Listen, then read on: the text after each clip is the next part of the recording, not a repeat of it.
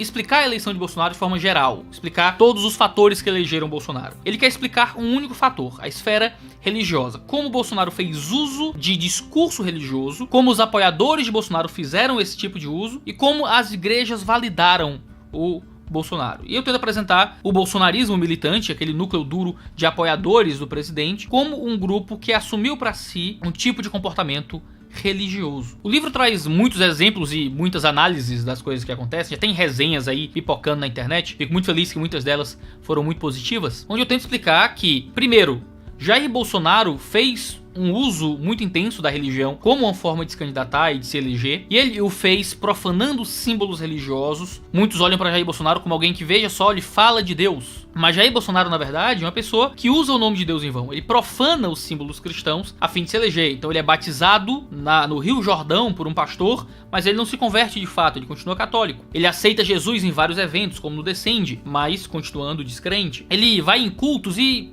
prega sem falar de Jesus. Ele toma da Santa Ceia em reuniões ecumênicas, sem ele ser membro de uma igreja evangélica. Jair Bolsonaro não é evangélico. Jair Bolsonaro, ele é um católico nominal, não praticante, casado com uma mulher evangélica, e que constantemente faz uso dos símbolos evangélicos para o seu benefício. Mas isso muitos candidatos fizeram. Jair Bolsonaro é só mais um profanando os nossos símbolos religiosos a fim de conseguir votos de pessoas que se iludem com algum tipo de compromisso religioso maior. Mas Bolsonaro foi muito além. Bolsonaro usa o próprio nome de Deus como ferramenta de campanha, né? Deus acima de todos. Fala constantemente que o seu governo é cristão e se interpreta como um enviado de Deus. É a linguagem que ele usa em entrevistas para falar assim mesmo. Agora, não só o modo como Bolsonaro se apresenta no seu governo, mas o modo como os seus apoiadores de dentro do governo o tratam também é muito diferente. Você pensa no Roberto Jefferson comparando Jair Bolsonaro e seus apoiadores com a Santíssima Trindade. Você pensa nele dizendo que comer com Jair Bolsonaro era equiparável a uma santa ceia. Dele cantando Agnus Dei,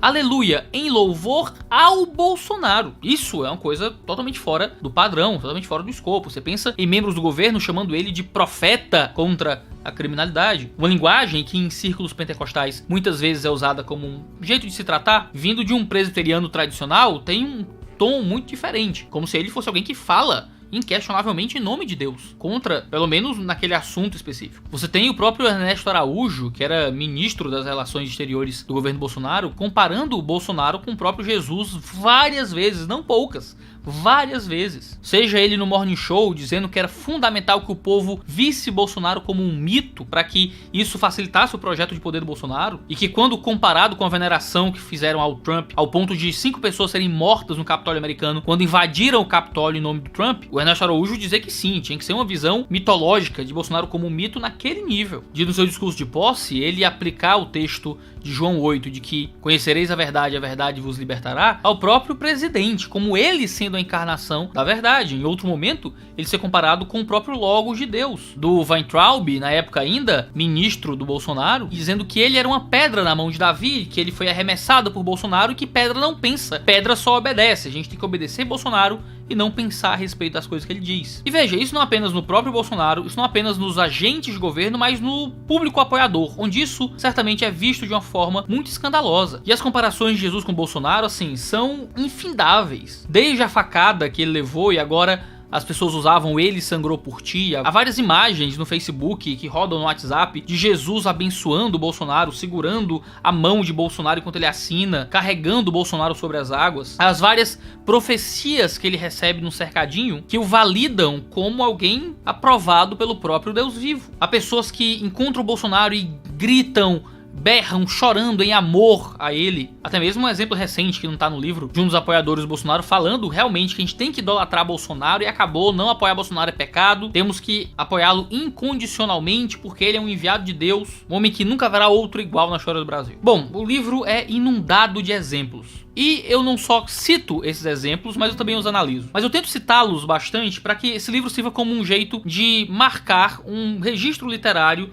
do que aconteceu dentro do ambiente religioso brasileiro. Eu quero poder deixar isso por escrito e dizer, veja, durante esse período a igreja se comprometeu com esse tipo de postura de apoio a um candidato. Não sei se esse livro vai ter relevância daqui a 10 anos, mas eu sei que esse livro vai ser um ótimo registro histórico acerca desses momentos. Mas ele não é só um registro, ele é uma tentativa de analisar o que acontece. Eu tento explicar questões religiosas que estão atreladas a Bolsonaro, tento mostrar como essas coisas aconteceram, que tipo de apoio ele recebe, o que é que caracteriza um tipo de idolatria, e faço isso em 5 capítulos. O capítulo 1 se chama O Eleito de Deus, as primeiras raízes da idolatria, onde eu tento citar vários exemplos, né, de Bolsonaro sendo visto como um eleito de Deus, como alguém enviado pelo próprio Deus para o nosso bem contra um mal absoluto. Mostro vários registros desse tipo de apoio. O segundo capítulo se chama A Dobradiça da História, o Apocalipse como campanha política, e tento mostrar como Bolsonaro se vendeu como a única resposta a um problema iminente e absoluto. Bolsonaro soube se vender como a única solução para um apocalipse iminente. O apocalipse viria, um mal total chamado comunismo viria sobre nós,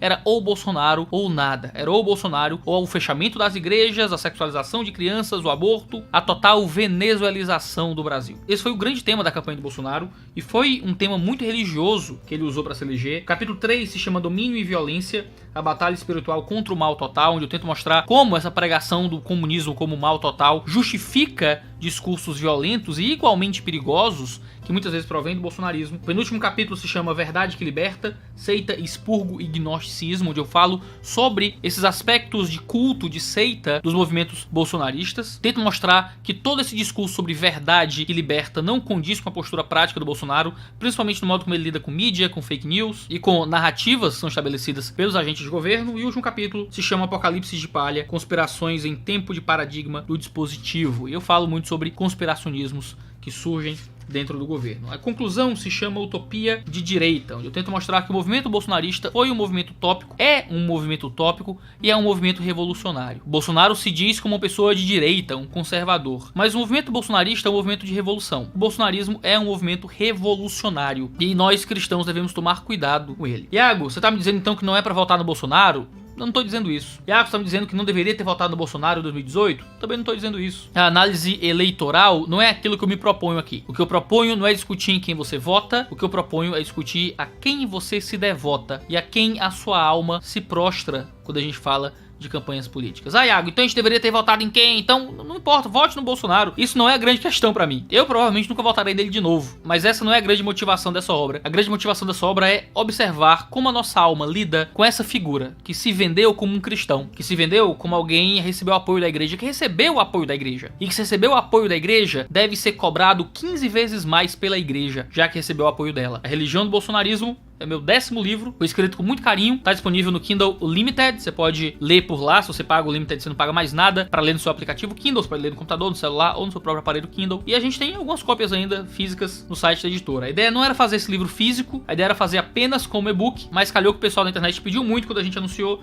e a gente fez uma pequena tiragem física de 1000 cópias apenas, e sobram algumas poucas cópias aí, se você quiser comprar ainda lá no site da editora. Então, A Religião do Bolsonarismo tem exatamente 100 páginas e é uma obra que tenho certeza que vai ajudar você a pensar um pouco sobre esse tipo de assunto. Então, dá uma olhada lá, compra lá o livro, se for do seu interesse, tenho certeza que vai ser edificante, talvez confrontador, seja você de direita ou de esquerda, deve fazer algum bem para sua alma. Se você quiser ver resenhas do livro, já tem algumas resenhas feitas no canal do Livros e Teologia, no canal do Review com o Pedro Pamplona e no canal do Geolê. Os três fizeram suas resenhas do livro. Eu dei uma entrevista sobre o livro na Gazeta do Povo para o Guilherme de Carvalho, você pode ler lá. E participei de 2 podcasts, do podcast Ideias da Gazeta do Povo também, e do BTcast falando sobre o livro, respondendo perguntas a respeito dele. Você pode ouvir mais o que tenho a dizer a respeito, também pode conferir a própria obra. Deus abençoe todos vocês e até a próxima aqui no 2 Dedos de Teologia.